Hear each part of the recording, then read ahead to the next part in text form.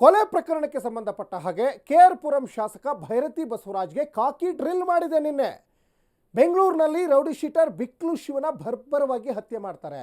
ಆ ಹತ್ಯೆ ಕೇಸ್ನ ಪ್ರಕರಣ ಈಗ ನೇರವಾಗಿ ಅದು ರಾಜಕೀಯ ತಿರುವು ಪಡ್ಕೊಳ್ತಾ ಇದೆ. ಭೈರತಿ ಬಸವರಾಜ್ ಅವರ ನೆತ್ತಿ ಮೇಲೆ ತೂಗುಗತಿ ತೂಗ್ತಾ ಇದೆ.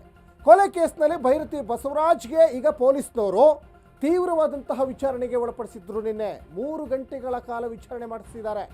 MLA ಭೈರತಿ ಬಸವರಾಜ್ಗೆ ಬರೋಬ್ಬರಿ 3 ಗಂಟೆ ಡ್ರಿಲ್. ಕೊಲೆ ಪ್ರಕರಣ ಆರೋಪದ ಬಗ್ಗೆ ನೀವೇನು ಹೇಳ್ತೀರಾ? ಇದು ಸಹಜವಾಗಿ ಪೊಲೀಸ್ನವರು ಯಾವುದೇ ಆರೋಪ ಸ್ಥಾನದಲ್ಲಿದ್ದಂತಹ ಆರೋಪಿಗಳಿಗೆ ಕೇಳುವಂಥ ಪ್ರಶ್ನೆ. ಈ ಕೊಲೆ ಪ್ರಕರಣದ ಆರೋಪದ ಬಗ್ಗೆ ನೀವೇನು ಹೇಳ್ತೀರಾ? ಮೃತ ಶಿವಪ್ರಕಾಶ್, A1 ಜಗದೀಶ್ ಪರಿಚಯ ಇದೆಯಾ ಅವರಿಬ್ಬರಿಗೂ? ನಿನ್ನೆ ತನಿಖಾಧಿಕಾರಿ ಪ್ರಕಾಶ್ ರಾಥೋಡ್ ವಿಚಾರಣೆಯನ್ನು ಮಾಡ್ತಾರೆ. ಸಾಕಷ್ಟು ಬೇರೆ ಒಂದು ಮಜಲನ್ನು ಪಡ್ಕೊಳ್ತಾ ಇದೆ. ಈ ಪ್ರಕರಣ ರಾಜಕೀಯ ತಿರುವನ್ನು ಪಡ್ಕೊಂಡಿದೆ. ಇಲ್ಲಿ ಬಹಳ ಮುಖ್ಯವಾಗಿ ಭೈರತಿ ಬಸವರಾಜ್ ಕಡೆ ಹುಡುಗರೇ ಬಿಕ್ಲು ಶಿವನ್ನ ಕೊಲೆ ಮಾಡಿದ್ದಾರೆ ಅನ್ನುವಂತಹ ಒಂದು ಆರೋಪ, ಅದು ನೇರವಾಗಿ ಭೈರತಿ ಬಸವರಾಜ್ ಅವರ ನೆತ್ತಿ ಮೇಲೆ ತೂಗುಗತಿ ತೂಗಲಿಕ್ಕೆ ಕಾರಣ ಆಗಿರುವಂಥದ್ದು. ಆದರೆ ಭೈರತಿ ಬಸವರಾಜ್ ಅವ್ರ ಮೇಲೆ FIR ದಾಖಲಾದ ಡೇ 1ನಿಂದನೂ ಇವತ್ತಿನವರೆಗೂ ಹೇಳ್ತಾ ಇರೋದು ಬಿಕ್ಲು ಶಿವ ಅಂದರೆ ನಂಗೆ ಗೊತ್ತಿಲ್ಲ, ಜಗದೀಶ್ ಅಂದರೆ ನಂಗೆ ಗೊತ್ತಿಲ್ಲ, ಆ ವಿಮಾಲ್ಲು ಮತ್ತು ಬೇರೆ ಬೇರೆ ಎಲ್ಲ ಹುಡುಗರು ಇದ್ದಾರಲ್ಲ ಅವ್ರು ಯಾರೂ ನನಗೆ ಗೊತ್ತಿಲ್ಲ, ನನ್ನ ತೇಜೋವಧೆ ಮಾಡಲಿಕ್ಕೆ ಮಾಡ್ತಾ ಇರುವಂತಹ ಇದೊಂದು ಹುನ್ನಾರ ಅಂತ ಅವರೊಂದು ಹೇಳ್ತಾ ಇದ್ದಾರೆ. ನಿನ್ನೆ 3 ಗಂಟೆ ಕಾಲ ವಿಚಾರಣೆಗೂ ಕೂಡ ಒಳಪಟ್ಟಿದ್ರು. ಮತ್ತೆ ಅವ್ರನ್ನ ವಿಚಾರಣೆಗೆ ಕರೆಯುವ ಸಾಧ್ಯತೆ ಇದೆ. ಇನ್ನು ಕೊಲೆ ಕೇಸ್ಗೂ ನನಗೂ ಸಂಬಂಧ ಇಲ್ಲ. ಶಿವಪ್ರಕಾಶ್ ಮತ್ತು A1 ಜಗದೀಶ್ ಇವರಿಬ್ಬರು ನಿಮ್ಮನ್ನೇನಾದರೂ ಭೇಟಿಯಾಗಿದ್ರ ಅಂತ ಪೊಲೀಸ್ನವರು ಭೈರತಿ ಬಸವರಾಜಿಗೆ ಪ್ರಶ್ನೆ ಮಾಡಿದ್ದಾರೆ ನಿನ್ನೆ ತನಿಖೆಯಲ್ಲಿ. ಹಾಗಾಗಿ ಈ ಕೊಲೆ ಕೇಸ್ಗೆ ಸಂಬಂಧಪಟ್ಟ ಹಾಗೆ ಒಂದು ಕಡೆ ಪೊಲೀಸ್ನವರು ಒಂದು ತ್ವರಿತಗತಿಯಲ್ಲಿ ಒಂದು ತನಿಖೆಯನ್ನು ಮಾಡ್ತಾ ಇದ್ದಾರೆ. ಆದರೆ ಇಲ್ಲಿ ಪ್ರಶ್ನೆ ಮೂಡ್ತಾ ಇರುವಂಥದ್ದು, ಅನುಮಾನಕ್ಕೆ ಎಡೆ ಮಾಡಿ ಕೊಡ್ತಾ ಇರುವಂಥದ್ದು, ಈ ಪ್ರಕರಣದ A1 ಆರೋಪಿ ಏನಿದಾನಲ್ಲ ಜಗದೀಶ್, ಅವನ್ನ ಯಾಕೆ ಅರೆಸ್ಟ್ ಮಾಡಿಲ್ಲ?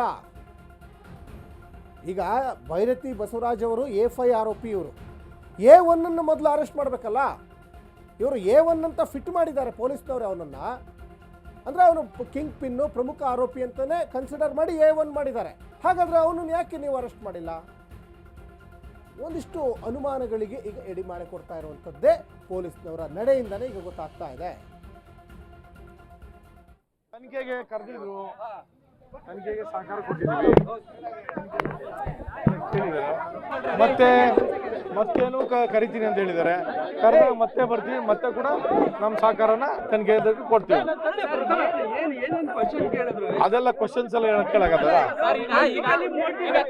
ನೋಡಿ, ಹೌದು, ಅದಂತೂ ನಮ್ಮ ಮಾತ್ರ ಏನಿಲ್ಲ ಅಂತ ನಾನು ಹೇಳಿದ್ದೀನಿ, ತನಿಖಾಧಿಕಾರಿಗಳು ಹೇಳಿದ್ದೀವಿ, ಅವ್ರ ಮುಂದೆ ಹೇಳಿದ್ದೀನಿ. ಸೊ ಅದು ಇನ್ನೂ ಒಂದು ಸರಿ ಬರಬೇಕು ಅಂತ ಹೇಳಿದ್ದಾರೆ. ಅದು ಅವತ್ತು ಕೂಡ 23ನೇ ತಾರೀಕು ಅಂತ ಹೇಳಿದ್ದಾರೆ, ಬುಧವಾರ. ಸೊ ಅವತ್ತು ಕೂಡ ಬರ್ತೇನೆ, ಬಂದು ಅವತ್ತು ಈಗ ಕೇಳ್ತೀವಿ, ಅವತ್ತು ಕೂಡ ನನ್ನ ಅನಿಸಿಕೆಗಳನ್ನ ಹೇಳ್ಬೇಕಾಗ್ತದೆ. ಸೊ ಅದನ್ನ ಹೇಳ್ತೀನಿ. ಜಗದೀಶ್ ಪರಿಚಯ ಇಲ್ಲ, ಏನು ಇಲ್ಲ. ಅಷ್ಟೇ. ಹೌದೌದು, ನೆಕ್ಸ್ಟ್ ಬುಧವಾರ ತನಿಖೆಗೆ